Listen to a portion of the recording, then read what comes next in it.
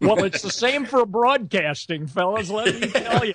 You become one heck of a broadcaster when you're describing Michael Jordan running around and leaping through air with no restrictions. Your site says, in all airness, that's exactly right. He had a vertical game that was incredible. It's amazing how good of a broadcaster you can be when you have something like that to watch. I always like to say that Michael got to play with me for a year at North Carolina. I think it really helped him. Spectacular player from the beginning. You can see right away Jordan was going to be a big-time scorer. And showed what an impact he was going to have on the league. This is NB 85, celebrating the 30-year anniversary of Michael Jordan's rookie season in the NBA. And now, your hosts, Adam Ryan and Aaron Steen. Welcome to episode 64. Thanks for joining me. Stay up to date with my monthly email newsletter. You'll receive exclusive details on upcoming podcast episodes, future high-profile guests to appear on the show, and much more. Simply visit inallairness.com/news. Today, something a little different, a live-to-tape intro and outro for the episode. I'm happy to be joined by a great mate of mine, Aaron Steen. How are you today, mate? Great, mate. It's been a while since I've been on a In All Airness episode, so it's good to be back. This is our full conversation, mate, with the great Bill Hazen, the man who broadcast over 50 Chicago Bulls games in Michael Jordan's rookie season, and we discuss Bill's entire career to date. Thanks very much to Bill for being so accommodating to two guys from Australia. Show notes for this episode, including links to numerous topics that we covered, are at inallairness.com/64. Now, onto the show. Our guest today has well over 30 years of radio and TV broadcast experience. His goal, which is encapsulated perfectly on his website bio, is, and I quote, to capture the essence and excitement of sporting events and relate them to the audience, end quote. He was the play-by-play man for the Chicago Bulls during Michael Jordan's 1984-85 rookie season. We couldn't be more pleased to welcome him to the show. Bill Hazen, thanks for joining us. Adam, thank you. It's really a pleasure to be with you. And AJ, great to visit with you. It's an amazing age that we are in, where a couple of guys from Australia could be leading this conversation and we could all gather together in the internet space with the great connections that are possible today to be able to share some wonderful experiences, just as if we're sitting in the living room together having a nice conversation. How nice. It's very exciting to be able to speak to you today, mate. And when Adam just mentioned the words, was the play-by-play man for the Chicago Bulls during the 1985 season, at that exact moment, the excitement level just went up about 2 or 3 notches. So, yeah, it's really, really good to be able to speak to you, mate. Well, I'll tell you, it was a great break for a young guy. I was born and raised in Chicago, and I remember not only the two teams that failed here. You know, Chicago itself had somewhat of a checkered past as a professional basketball town. This was a hockey town, and in many ways it's still regarded as a hockey town. The Chicago Blackhawks were dug in. The Chicago Bulls were trying to come on the scene, but before them, two teams had failed. The Chicago Stags were the original pro basketball team in this town. That didn't work. It was repackaged as the Chicago Zephyrs, and that's a team, the first team that I ever listened to as a kid growing up. That team left for Baltimore and is now the Washington Wizards. And then we went without pro basketball for a while, and then Chicago was awarded an expansion franchise, and I watched the team's very first game as a teenager in St. Louis, the Bulls playing in St. Louis against the old St. Louis Hawks.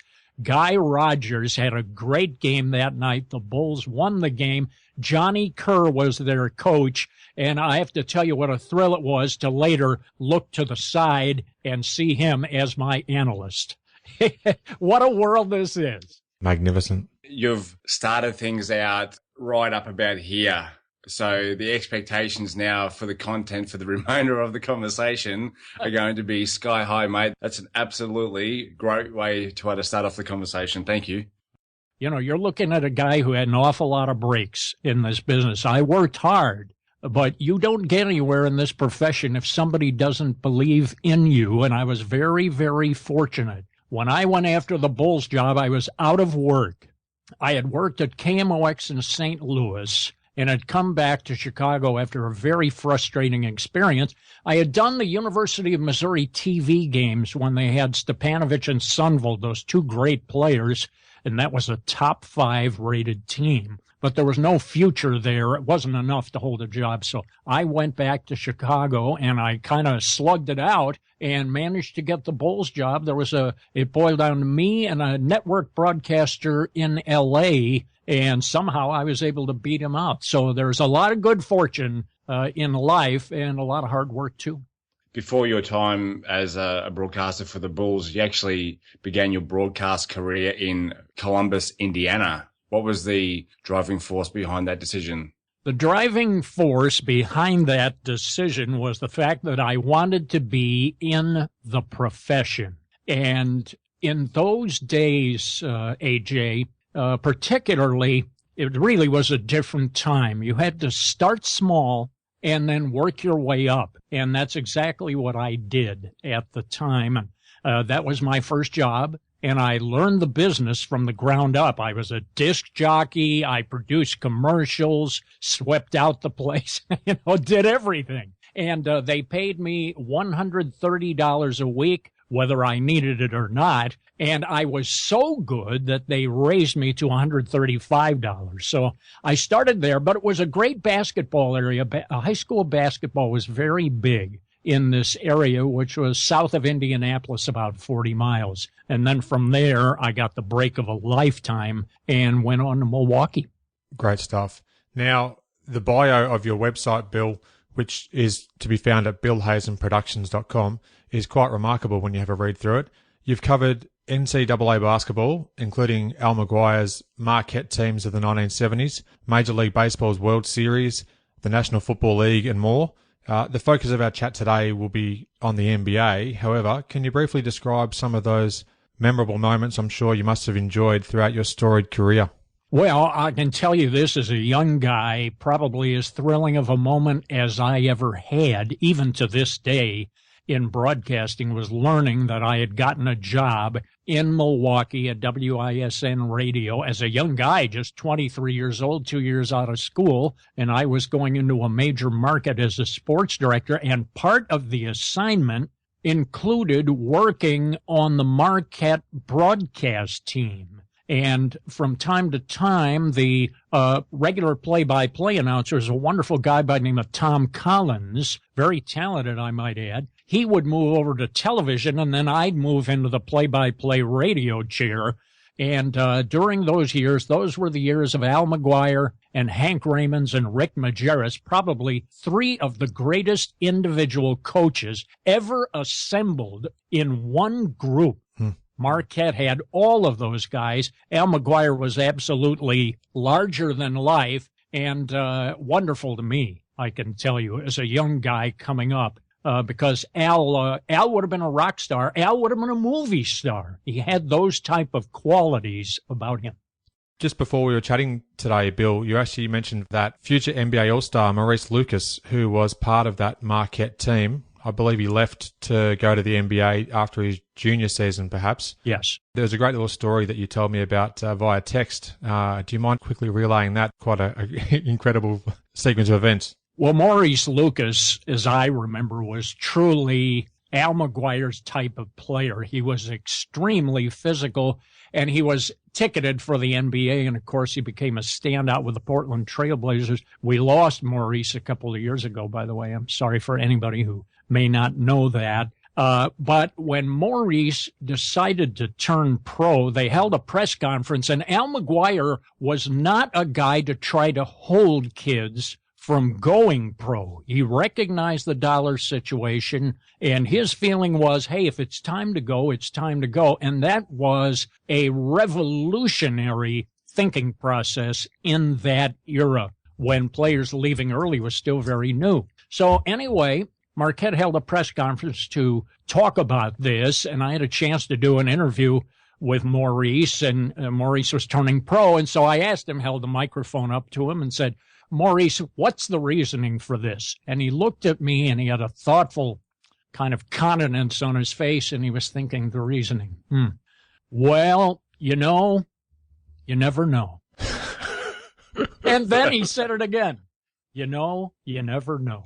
And I've always remembered that. That's the one thing I always remembered from Maurice Lucas.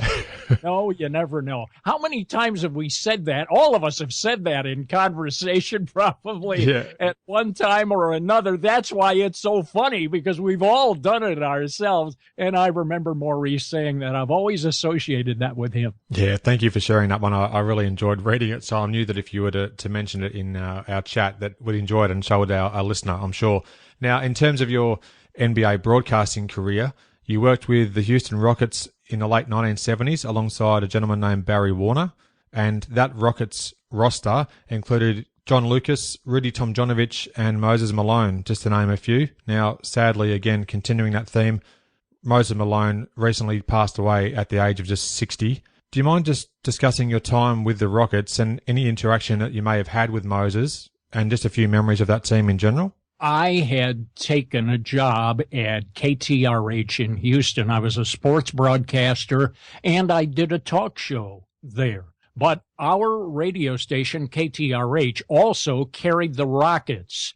So it was a situation when the Rockets were on the air, it meant that my talk show was not on the air. So realizing this, somebody with the team reached out and said, would you like doing our TV, our home TV? And I said, boy, that would be great. And it was one of the very first cable operations, regional cable television setups in America. It was called Fanfare. They paired me with Barry Warner, and it was a very good team. This team was coached by Tom Nasulke.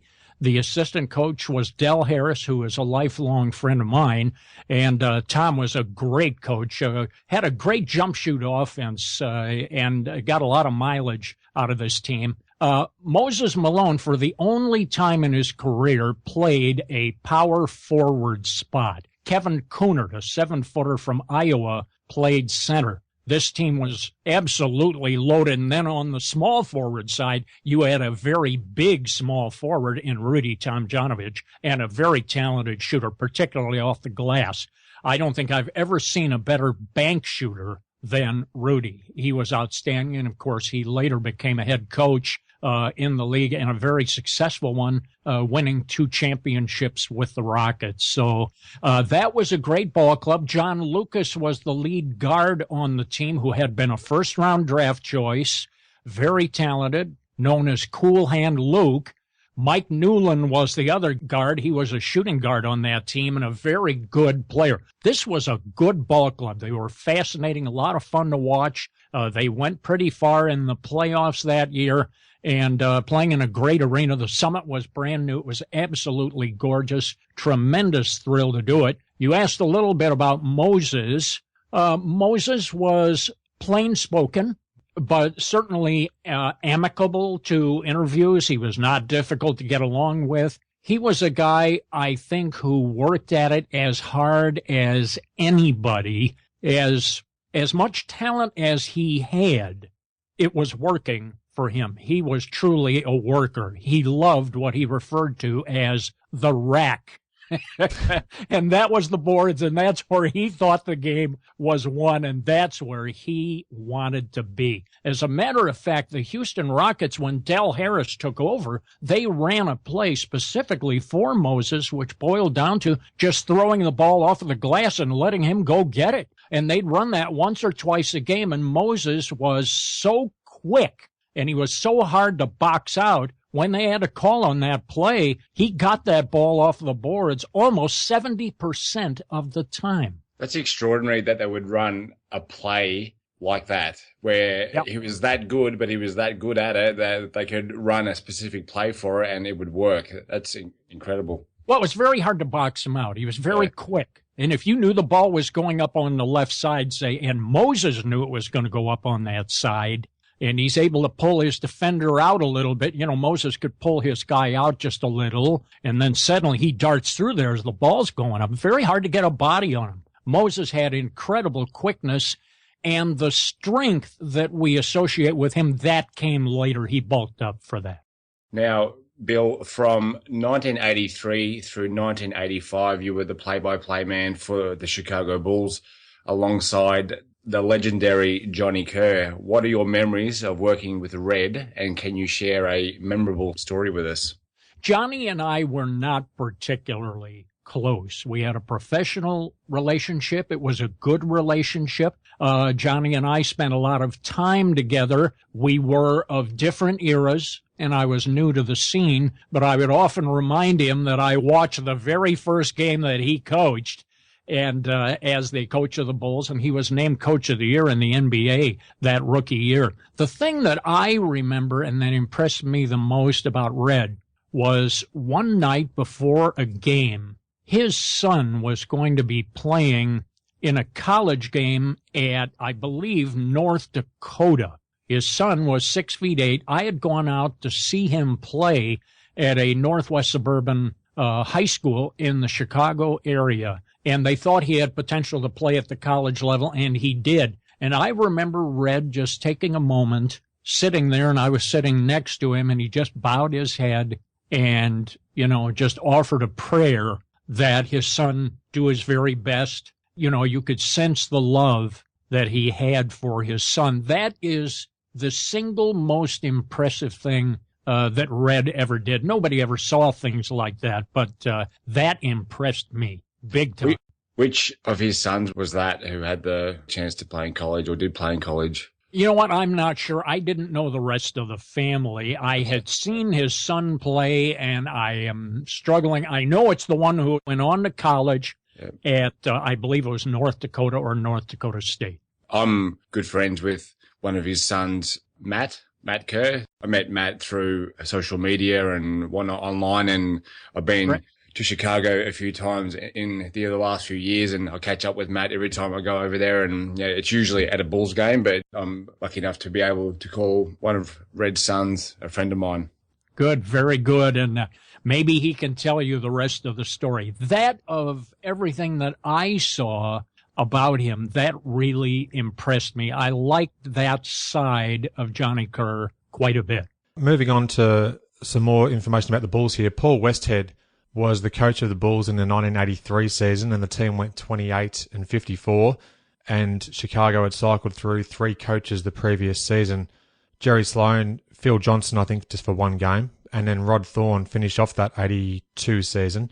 How was your first season calling games with the Bulls in 83, and what do you perhaps remember most about that first season on broadcast duties there, Bill?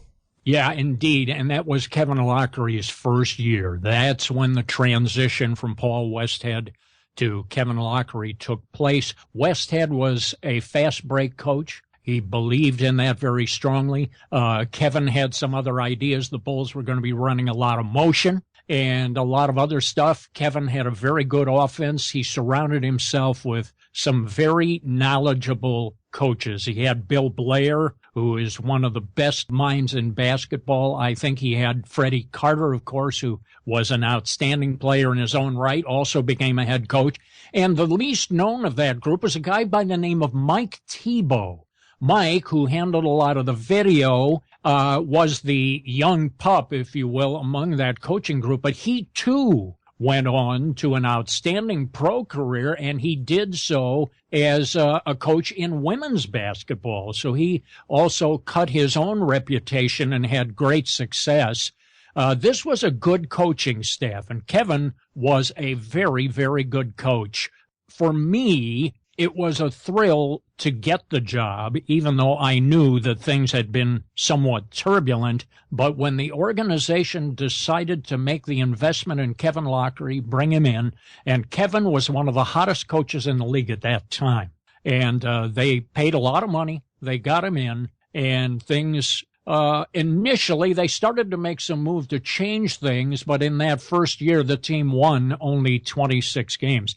But it didn't matter to me. As a rookie Bulls broadcaster, I was so thrilled I wouldn't have cared if they went 0-82. I was just loving every moment of the experience, and I called the games as best I could and had a lot of fun with it. We tried to capture the excitement of the game, which, of course, is what this business is all about. And, of course, you'd love to see the Bulls do better, but it was still a wonderful rookie year for me, particularly being back in my hometown.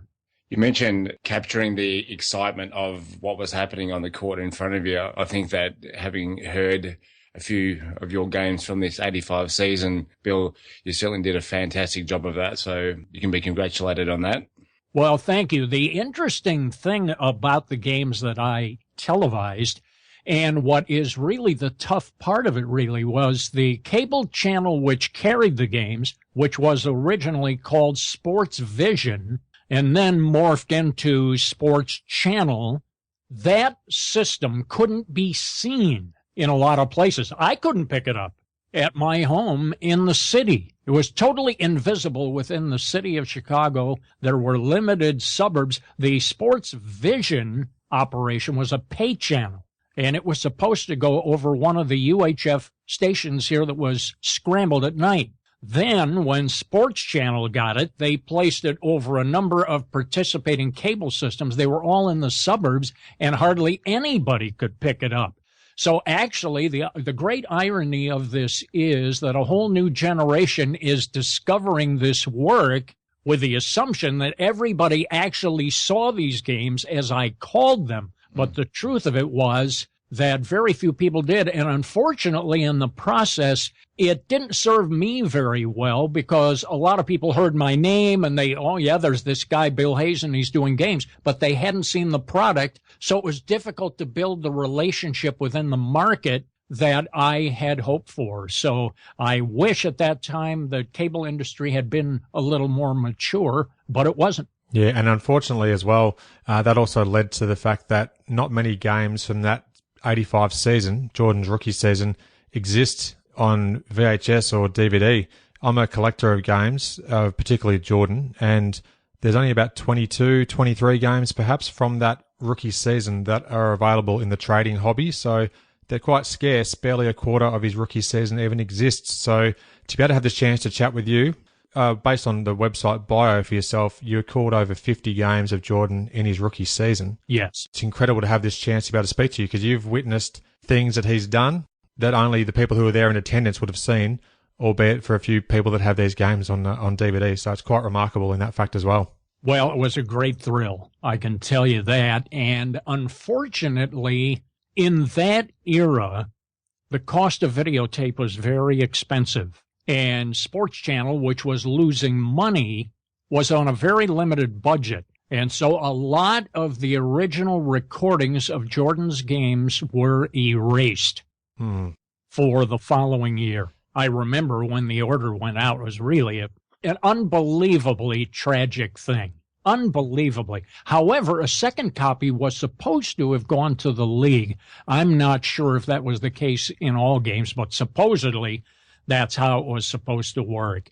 Also, of course, being associated with those games and not being sure what my future would be with the team in the long haul, I wanted to have some video also. So I went in and actually recorded several of those games myself. I believe that I have perhaps the best copy of a number of those first season Jordan games, which I took directly off of their master copy. Fantastic. Well, it's great to know that at least some of those games have survived, because within the trading hobby, some of those Jordan games are particularly rare and very scarce. So it's excellent to know that they belong in some good hands at least. Well, they always say, Bill, you did Jordan's games when he had hair.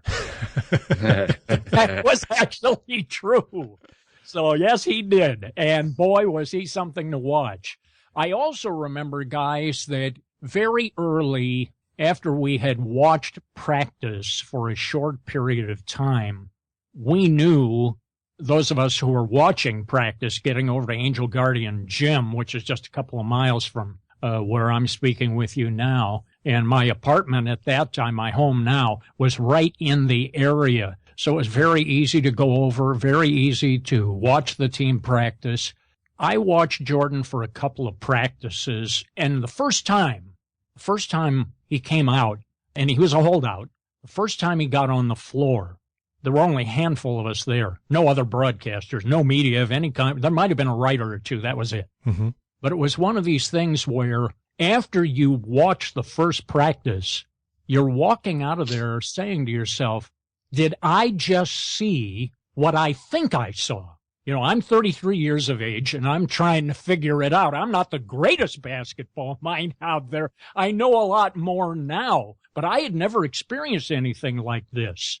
The coaches even had kind of a muted smile, kind of like a Cheshire cat, you know what I mean? As if they had caught something. Yeah. I think they knew. But for the rest of us, it would be as if you were sitting and a friend of yours suddenly painted the Mona Lisa, and you looked at it and, boy, that looks awfully good. But you probably walk out and say, is that as good as I think it was?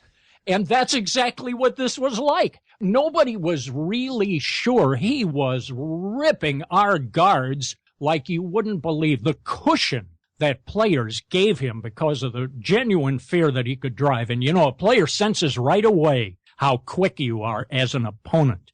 And I saw our smallest guards were giving a huge cushion. They were pulling way back. And I thought, I've never seen this before in a player.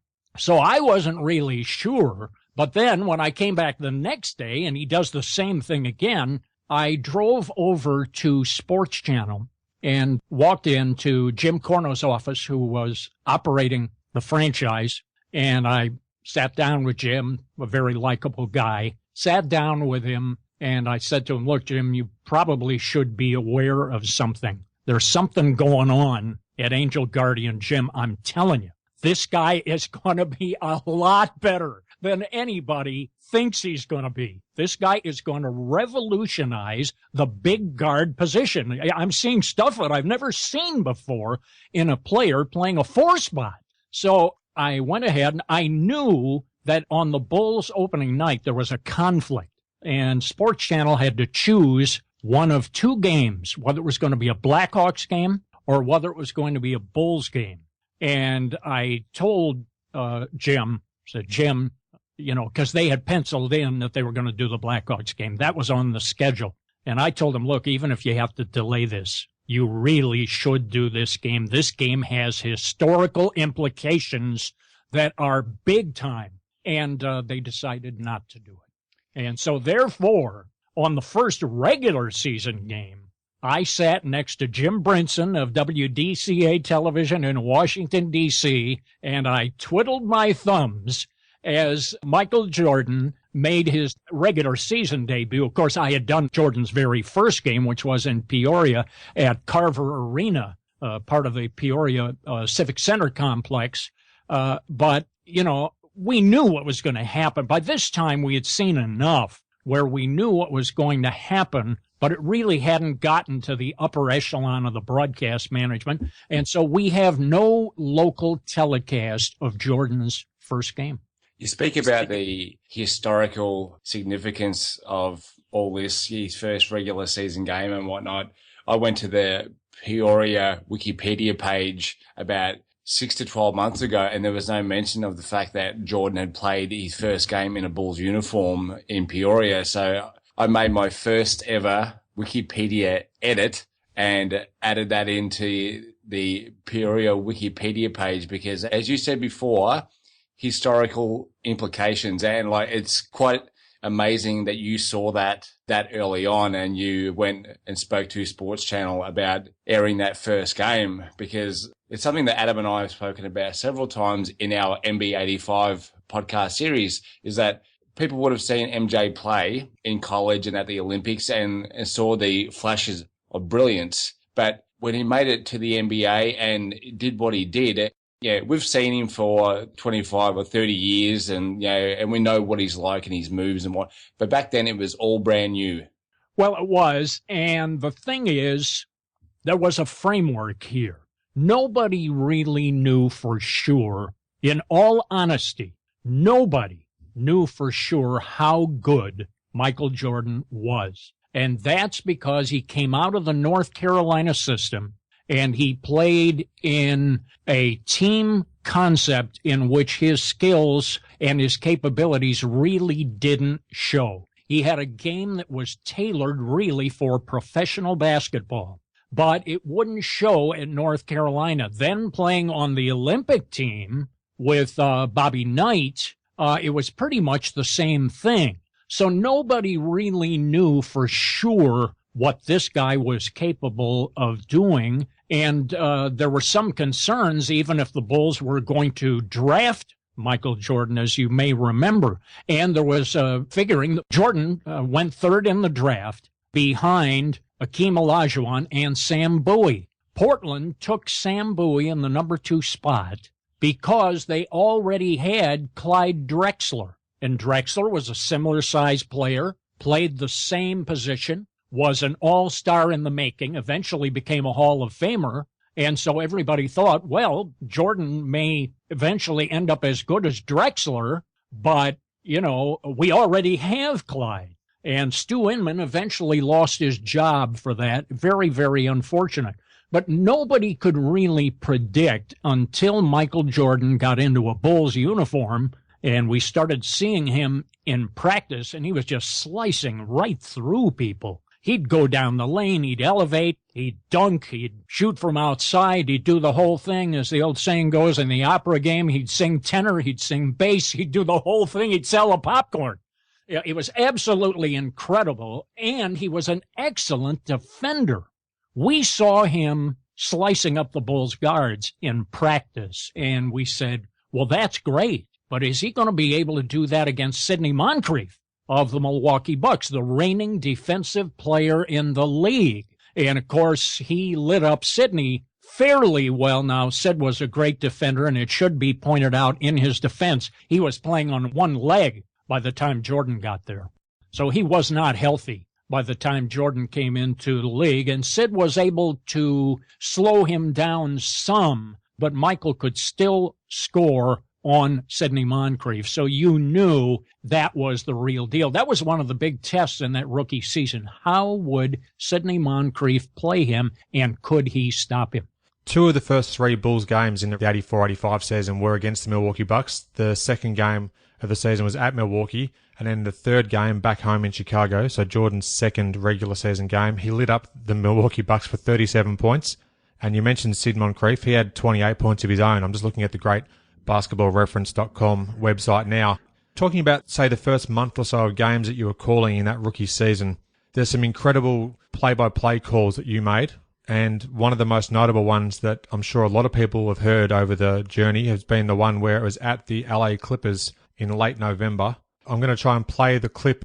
Can you see my screen at this stage? Yes, I can. Let's have a look. All right. Great defensive effort by Jordan, who has it on the break, driving all the way in.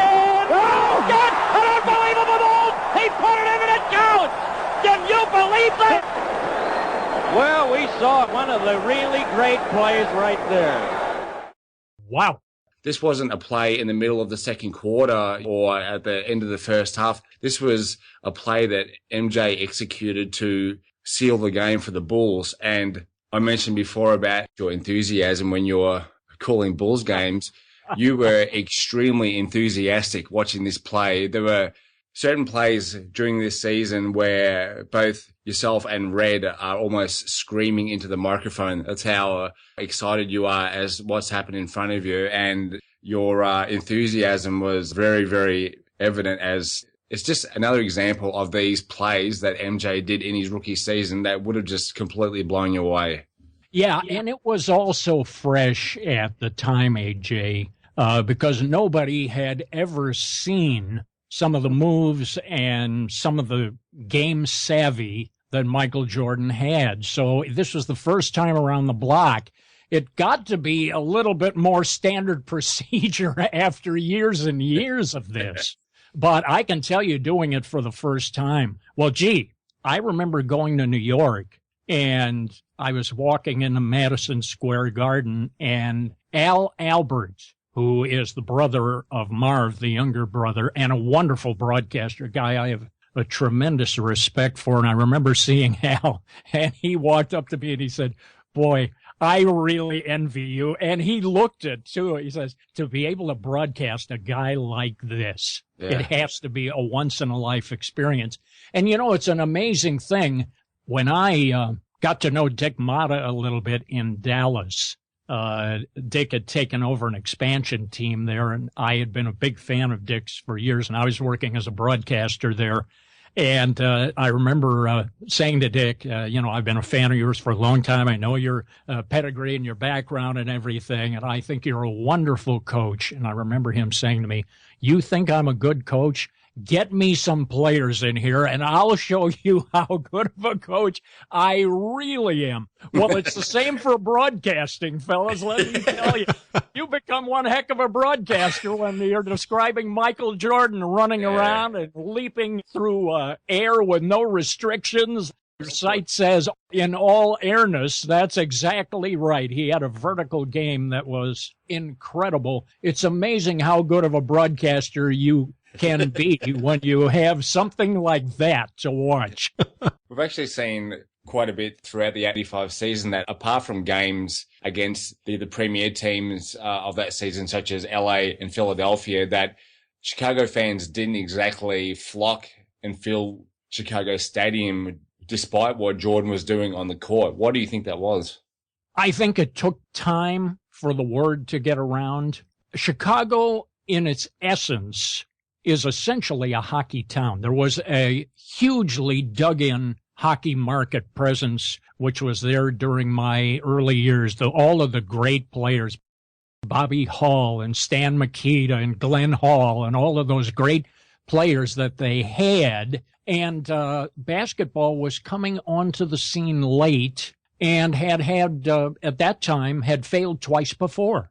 So I think there was an attitude, particularly after the Mata years, when the team turned around and they had been down and had won only 26 games for Kevin Lockery his first year.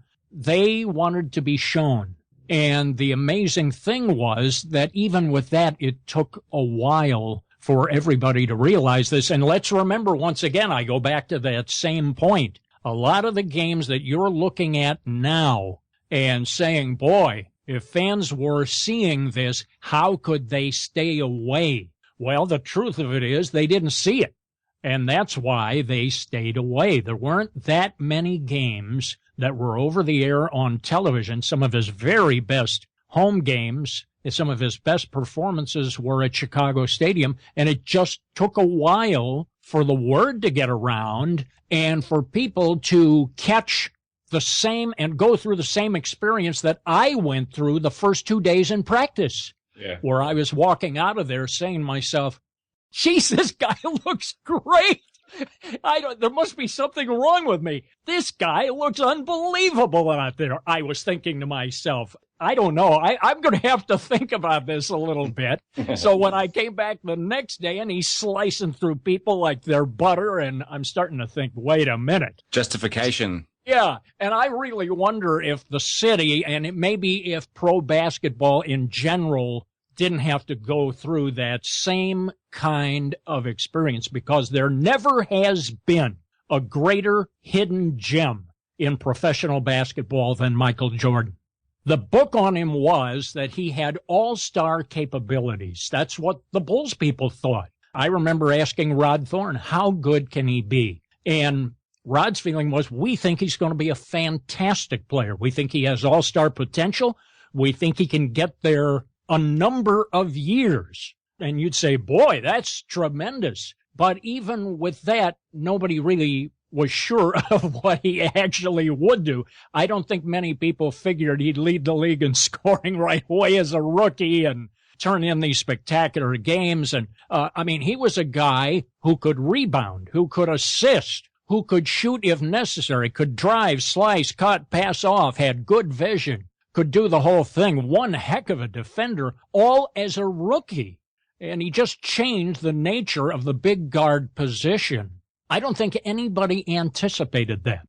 How was your actual preparation for games, Bill? And particularly when we're talking about this Jordan rookie season, what sort of things did you do in advance, or how did you get yourself set for a game in terms of analyzing any stats, or how did that sort of work? Interesting you asked that. I started using computer technology to prepare for games during that season. Right. And in those days, that was even before DOS was dug in. So I had this tiny little laptop and a little printer, and it ran on CPM, as they call it, a control program something or other. I don't know. And all you could do really was word processing. So you'd create a template that had information on it, and then you'd print it out. And what I did was I would go down to the Bulls office the morning of the game, and I'd get the game information as soon as it was run off. Then I'd go back and I would prepare. I'd load it into the computer. This is way, way back. And then I'd go ahead and print that out, and I would update the stats and everything from game to game. So I had a bio on every player. The printout came on mailing labels for each player. Every player got a mailing label. And then as they came into the game, I'd press down the mailing label onto my scorecard, which was designed specifically to handle that. And so I could see not only who was playing, but the order in which they came into the game. And I spent a lot of time in preparation. I developed my own system. I've come a long way since then. Now that's done in the form of a database, which I've designed a specific template for this, but I still use mailing labels, and it still has all the data on it. I still massage the data myself, and I get the information on the game. I pull what I want. Generally, what I want to be able to do, guys, is to be able to speak for 5 minutes nonstop about a player.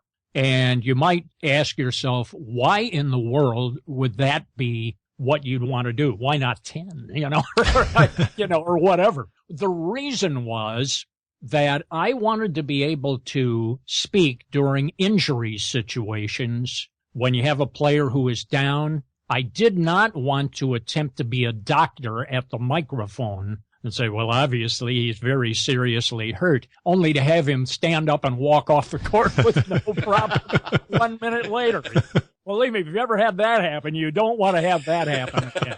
So I learned my lesson. That was back in high school. I learned that lesson when I was broadcasting high school ball in Columbus, Indiana. So I thought you needed about 5 minutes worth of information where you could talk about the player, tell the audience about that player without making any judgments on the injury of a player.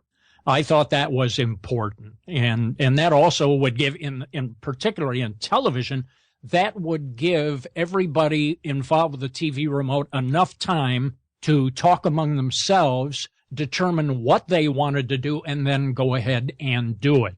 So I was kind of a stickler, I guess you would say, in terms of preparation. I wanted the audience to be aware of what was going on, but most of it never made the air. 80% of it ended up on the cutting room floor because I only used that information which fed into the storyline of the game. I never tried to impress anybody with how prepared I was. It wasn't about my ego. It was about being able to tell the story, and where the story went, I wanted information that followed or enriched or embellished the story. So that's where I tried to go. But yes, I prepared very hard for Michael. We knew every night there was going to be a huge viewership for his games and a great deal of interest. So certainly my information was well tweaked. And as I remember, the hardest thing was trying to collapse all the information on him and get what you wanted onto the sheet. Yeah. I mean, you could have filled a whole scorecard just with his information and nothing else. What a fantastic answer. Thanks very much for elaborating on that. And obviously you were very well prepared. And as you said, just used the information that was relevant at the time. So great to hear that. Now, the NBA chose some of your play-by-play descriptions for its promotional series, The NBA, It's Fantastic, that great campaign they had back in the 1980s. I'd love to know your thoughts just on the fact that they used your commentary, and that campaign really helped define the league as a fast-paced and exciting game through those promotional ads. What did you make of that at the time?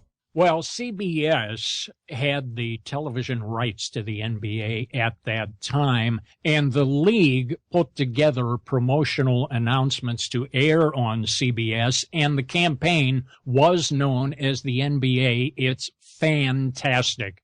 and it was just great. I was involved in 4 of those commercials, but the producer, and I'm so sorry, I've often tried to remember the person who produced these, but he called me and said, we'd love to use a particular description that you did because we love it. And they did, and it turned out, I still have it in my files here somewhere, it did not involve Michael Jordan. It involved a center by the name of Jawan Oldham, who had played with the team during the 84-85 season. He was a big man. He was a shot blocker, rough around the edges, but, brother, he could block shots.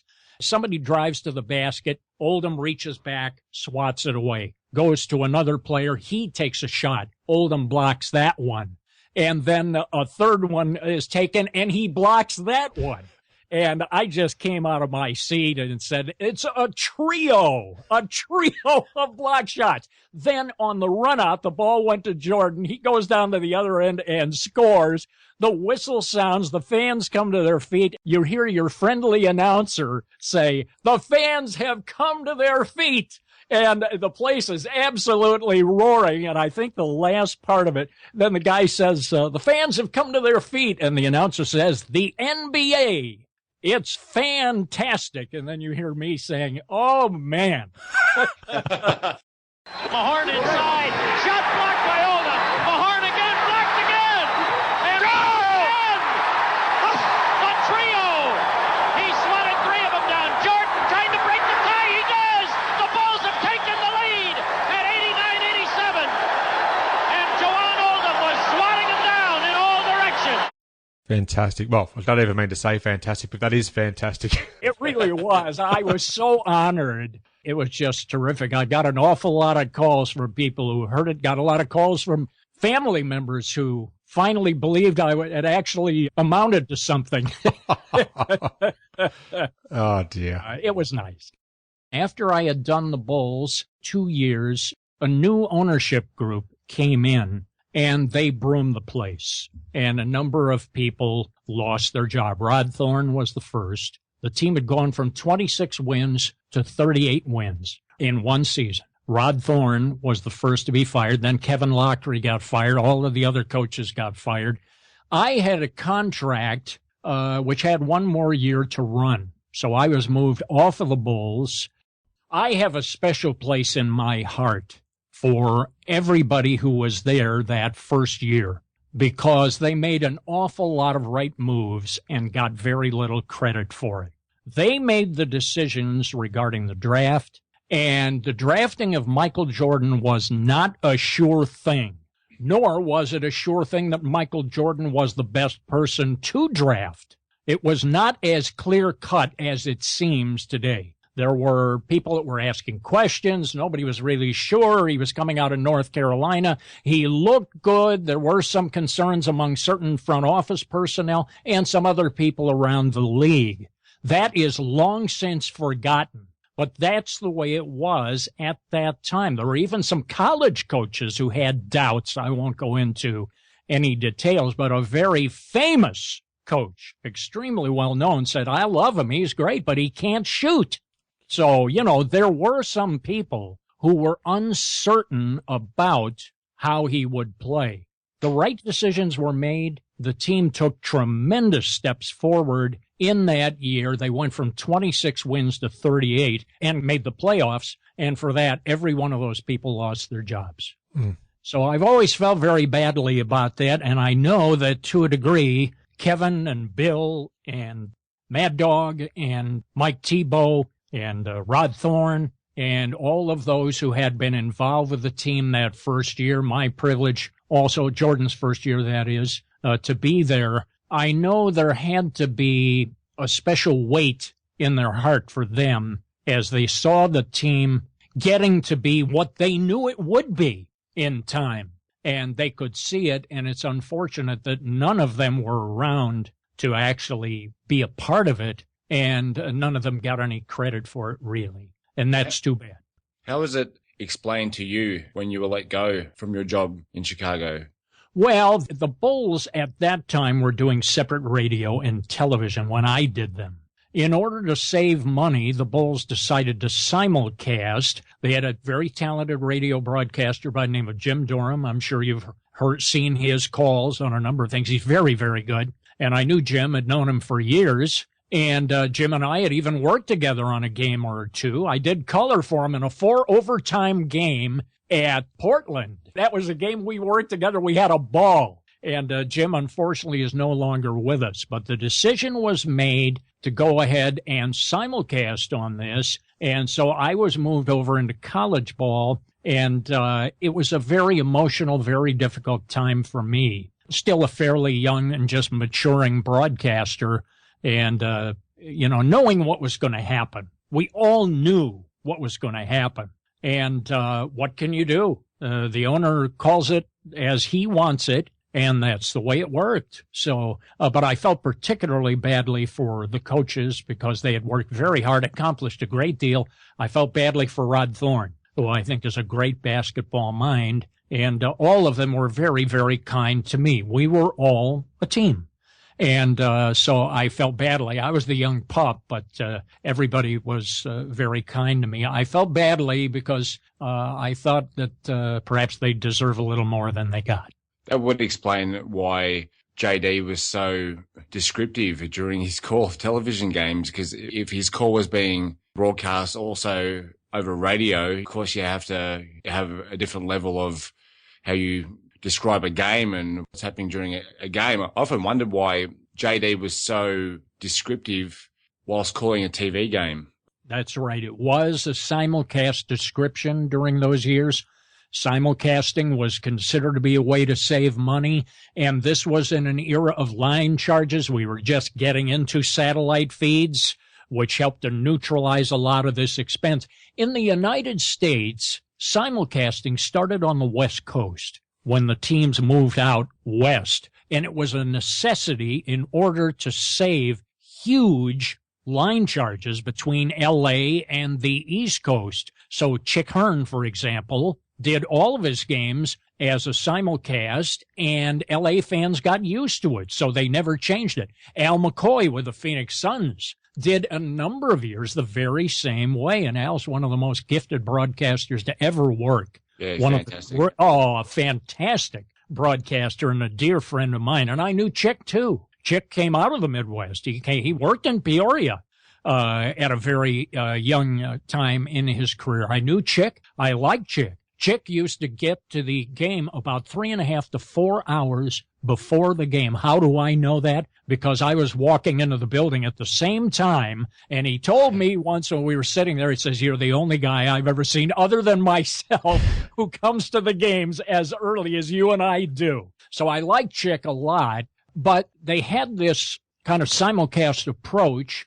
It isn't used very much today. We do see it in the NBA Development League, however, and I do the Fort Wayne games, or have done the Fort Wayne games, and those are simulcasts because those go on radio as well as television. You know, if you're a good announcer, you can handle it either way. But as you point out, AJ, for the purposes of television, it's almost overdescribed. Yeah, agreed.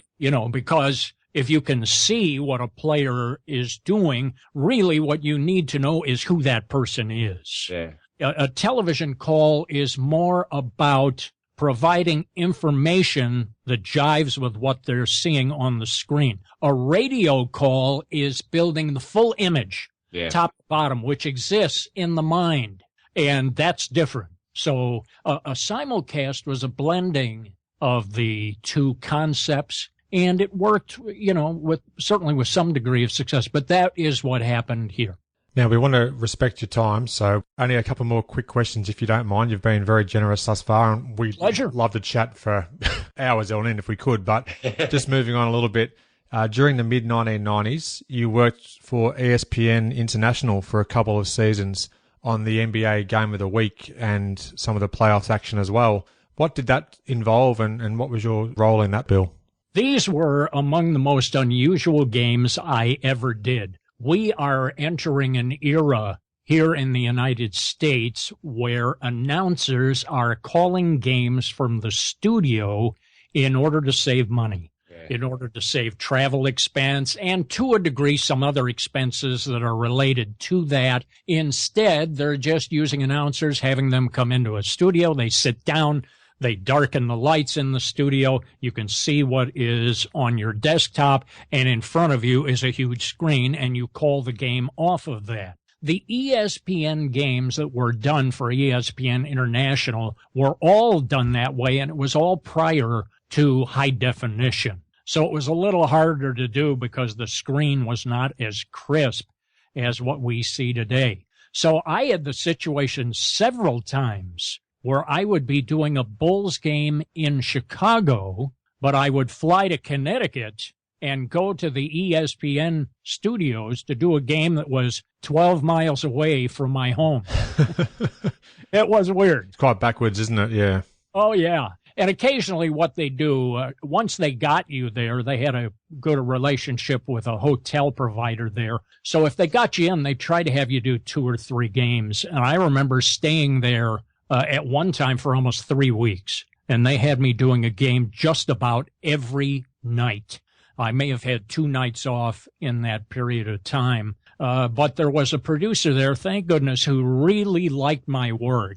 And they were trying to use local guys. The New York guys were the closest, as well as people out of the Hartford area. And there were a number of announcers who, of course, were right on campus. But there was a guy there who was a producer at the time who was very kind to me. He liked my work a lot. He thought that was an asset. And so he was able to convince ESPN to fly me in from Chicago to do them. And what I do is I just go ahead and stay there. And it worked out very well. It was a wonderful relationship. I enjoyed doing them. I also did, in addition to the NBA, I also did Major League Baseball for them and NFL football, including among the Major League Baseball activities, I did the World Series of 1995, Atlanta's victory over Cleveland. That was a great thrill. I worked with Rick Cerone, the former Major League catcher, and it was just a tremendous thrill. I really enjoyed it. But you had to get used to the idea of calling a game from hundreds of miles away. So here's my secret. I went ahead and I did the game. Then I'd go out in my car and I'd get something to eat, and I would go to a spot that was up on a hill. And I'd start tuning in the distant radio station. So I knew where a station was in Cleveland. I knew where a station was in Atlanta. And I listened to what they were talking about, because these were strong stations. You could hear them hundreds of miles away. And in those days, we didn't have the internet yet. So anyway, then I'd come in the next night and I'd say, well, you know, they've been talking about this on local radio after the game, you know, and everybody assumed we're there. Well, I was within 800 miles of the place, but it sure sounded good. But that was my little trick. That's fantastic. You're quite ahead of your time in relation to doing that sort of thing as well. So essentially, you'd go in and you'd record the audio to accompany the video footage, and then those games would be distributed internationally to other countries that would then play back your commentary of that game, correct? We called it live.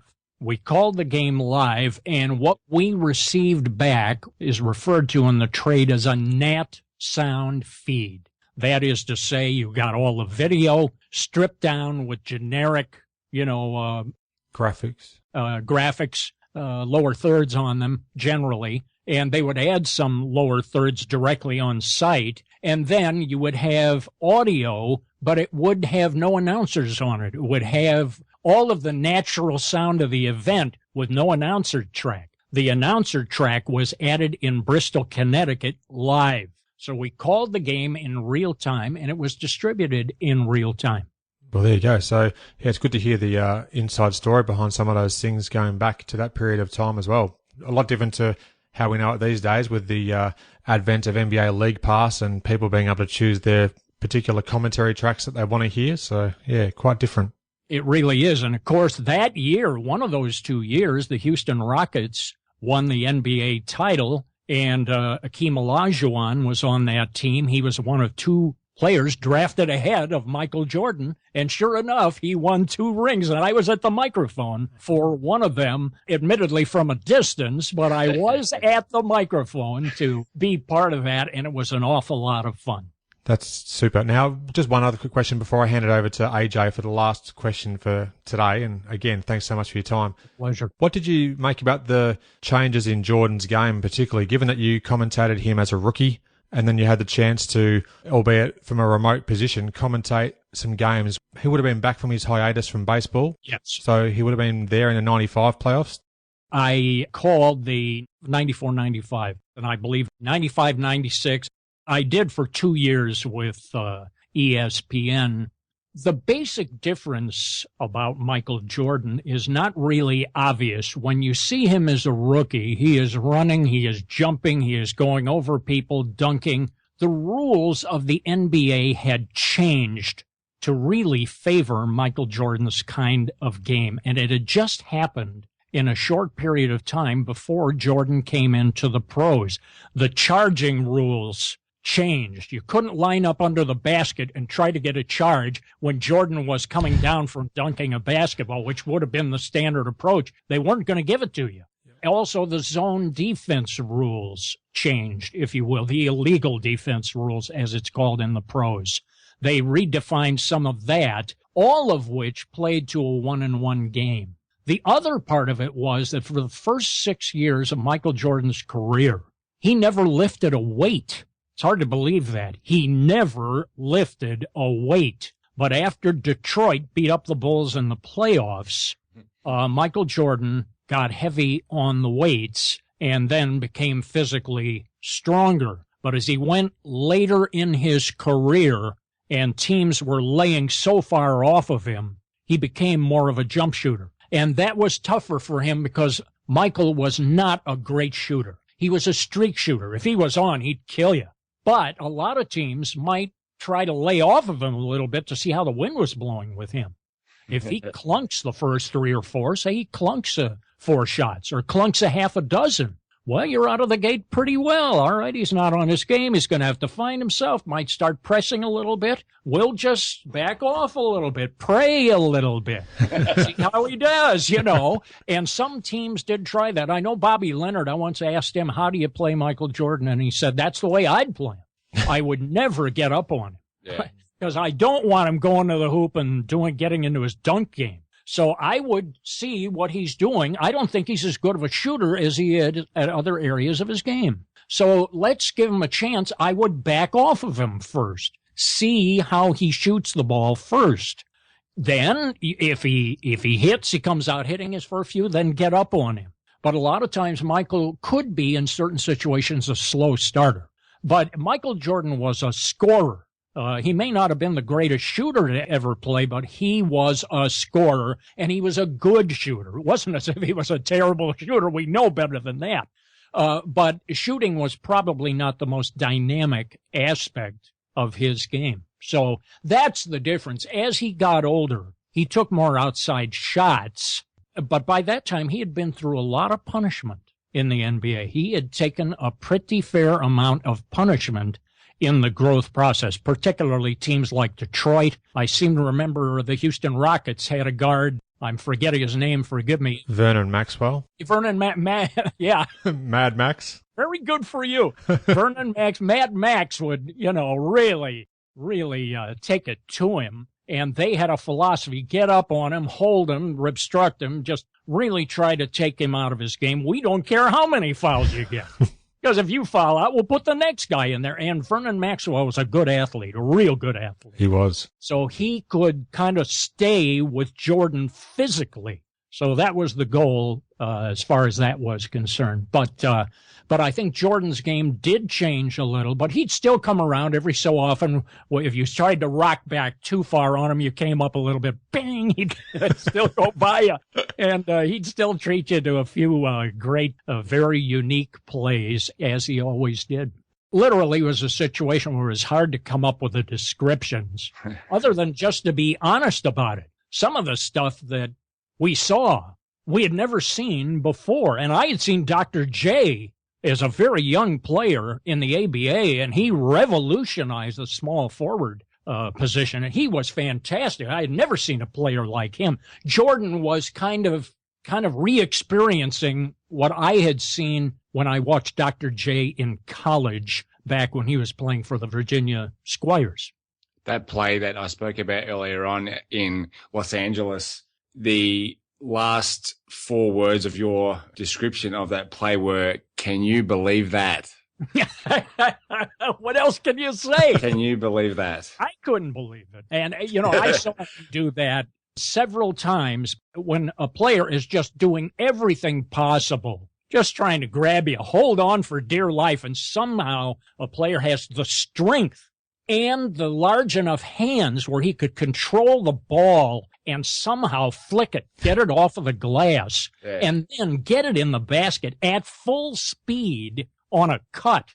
You have to be pretty special to be able to do something like that, and probably pretty special is an understatement for Michael Jordan. He was an exceptional player by any standard. I wish I had gotten to know him, and the opportunity had been such to get to know him better. But we were restricted to a considerable degree of access. We had been told very early to kind of keep your distance, allow him to do his thing. They had specifically set it up. He wasn't going to do any local interviews. He would do the post-game stuff with all of the microphones. Sure, he'd do that. But generally, I was told, do not ask him to do an interview. So I'd see him. Actually, probably none of us as broadcasters were really very close to him. We just benefited from the tremendous basketball skills that he had. I would have liked to have gotten to know him better. Understandably. As I say, there is some sadness in the sense that I would have loved to have been able to stick around and see still more of it. I've had a lot of years in the NBA. It is a privilege to broadcast at that level. That should never be forgotten. It is not a right. It is a privilege. You have to earn it. And I had the great thrill and privilege to do just that. And I'm very grateful to all of the people who supported me, who made that possible. And I, of course, am very grateful to Michael Jordan for making me look like a pretty good announcer. Love it. Over to you, AJ, just for the last question, mate. Yeah, in 2015, you operate your own company, Bill Hazen Productions, providing a multitude of services. Plus, you've been the play-by-play man for the Fort Wayne Mad Ants of the NBA Development League, and I will now be tuning into Fort Wayne Mad Ants game, I can assure you that. Can you please discuss what's involved with your company and also your work with the NBA DL? Well, this idea for me to go ahead and start my own production company really came about when my mother, during her later years of life, was struggling a little bit in Arizona, and we were talking out on the balcony of my condominium. My heart just reached out to her, of course, and said, look, why don't you move back here with me? We all grew up here anyway, so why don't you come on back to Chicago? And she did. And we had a wonderful time, and I wanted to spend as much time with her as I could. And so with the technology starting to form, as we have seen, the same technology that makes this conversation possible, this great sharing over thousands and thousands of miles, the technology that makes it possible for 2 guys in Australia to be acknowledged experts on Michael Jordan and to be able to offer a very rare view of Michael Jordan from another country and to share that. It's wonderful. That same technology, I could see it coming to pass. And so I decided, really, you have a choice. And so I decided to get into the production business, and I worked with minor league teams first, but I started running into a problem that minor league teams and minor leagues weren't paying their bills all that well.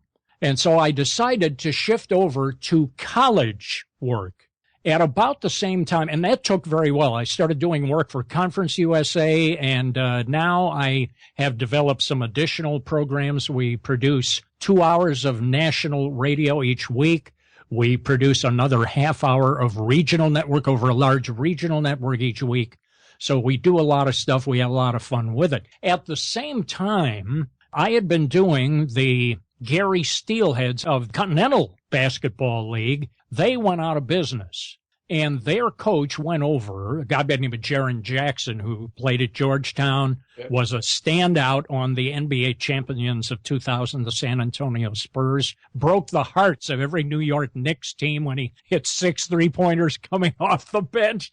Jaren, a great friend of mine, loved my work. And Fort Wayne was looking for an announcer after the first year, and Jaren knew I was available, and he just said to him, look, this is the guy that you should have doing your games. And so Jeff Potter, the president of the team, called me. You know, this was close enough. It was about 160 miles or so each way, but it was close enough that I could do it within one day so I could still get home to be with my mom. And I had a lady who would be here to help her, but I wanted to keep close to home. But I also wanted to keep fresh in terms of what I was doing. So I took that job, and that was 7 years ago, and I've been working that beat ever since. And it's been a great joy. The Mad Ants have won a championship since then. They got to the finals last year, and all of the games have been on YouTube, so a lot of people have been exposed to them, and a lot of highlights end up on ESPN on the top plays of the day, and I'm amazed that they actually record those, but they have all of that stuff, so I've been honored to be on there a number of times, and actually I like to feel as if I'm better than I've ever been. I'm a much more mature broadcaster. I understand the audience better. And I think that's one of the keys. When you're a young broadcaster, you come up in a broadcast framework, you don't understand about the average person who goes to work and who looks at the sports world as entertainment. And so it takes a while to get an understanding of how the audience perceives what you do and what they would like to see from you. And so in that situation, it just worked out that way. And so I've developed a production company. I do a lot of work right here. My studio is right in my home. You're in the studio here now. And so I do a lot of work from here. And then I travel back and forth to Fort Wayne and do the games and do other games, college stuff on an as-available basis. Wonderful. Well, Bill, it's been an absolute pleasure to be able to have you on the show today and chat about your expansive and great career to date. I really appreciate it, and I'm sure Aaron would be thinking along the same lines as well there, mate. Yeah, as I mentioned earlier on, I was excited to be able to speak to you today, Billy. But when Adam mentioned that you were the broadcaster for the Bulls in the 84-85 season and what that season means in the grand scheme of things, not only for the Bulls but for the NBA, my excitement level went up several notches again, and you're a wonderful man, and it's been absolutely fantastic talking to you today, mate. Well, it is my privilege, guys, to share time with you. I hope we'll have a chance to do it again and talk about some of these great years. It's been a lot of fun. I am a very privileged person to have had this experience. I think it's great what you're doing. Believe it or not, through all of this time, and all of these years and all of the books that have been written about Michael Jordan, I would like you guys to know that you guys are the first guys who have ever inquired from me as to what the experience was like. And I was there the very first night when Jordan walked out in the West Foul Circle at Angel Guardian Gym and shook hands with Kevin Lockery before he ever touched a basketball. I remember that moment. Probably that's one of the strongest memories that I have, because I sensed in my mind, this could be the beginning, the absolute beginning of basketball history right here. And I remember the warm handshake that Kevin and Michael had, then Michael going out and doing his thing. It should be pointed out that Michael was not given the starting job. He had to earn it. He came off the bench in his first game in Peoria and scored 18 points in that ball game. And that was the last game that he had to come off the bench, except for perhaps some injury situations. Otherwise, from that point on, I can say I broadcast the only game where Michael Jordan was not a starter. That's quite a thing to have to your name as well. So some incredible memories have been shared. And again, thanks so much. And your website can be found at billhazenproductions.com. Yeah, indeed it can. I will put the information into our show notes for the episode so that the listener can check it out as well and look at the great work that you're producing to this day. Thank you, guys. Thanks for listening. I welcome your interaction with the show. Suggest topics or guests you'd like to hear conversations with. leave a voicemail, simply visit inallairness.com/voice. I promise I'll stop saying this at some stage because the voicemails are not coming through at a very fast rate. Click start recording, leave a message and press stop. You can even listen back to it before submitting. Press send and you're done. Worldwide, the show currently has 56 reviews, 53 on iTunes and 3 on Stitcher. Thanks for your continued support. If you add a review, Adam would love to read it out on a future episode. Your ratings and reviews are one of the best ways to support the podcast. If you enjoy the show, please tell your basketball-loving friends about it. Word of mouth recommendations are worth their weight in gold. Fantastic. Thank you. You can subscribe to my show in various ways. iTunes, visit inallairness.com/review. Add it to your Stitcher playlist, inallairness.com/Stitcher. You can also subscribe on Overcast, Pocket Casts, Player FM, TuneIn Radio, and other podcatchers. The show is always available through the Podcasts app on your iOS device. Thanks for listening. I hope you enjoyed the show and share my web address with your friends and colleagues, inallairness.com.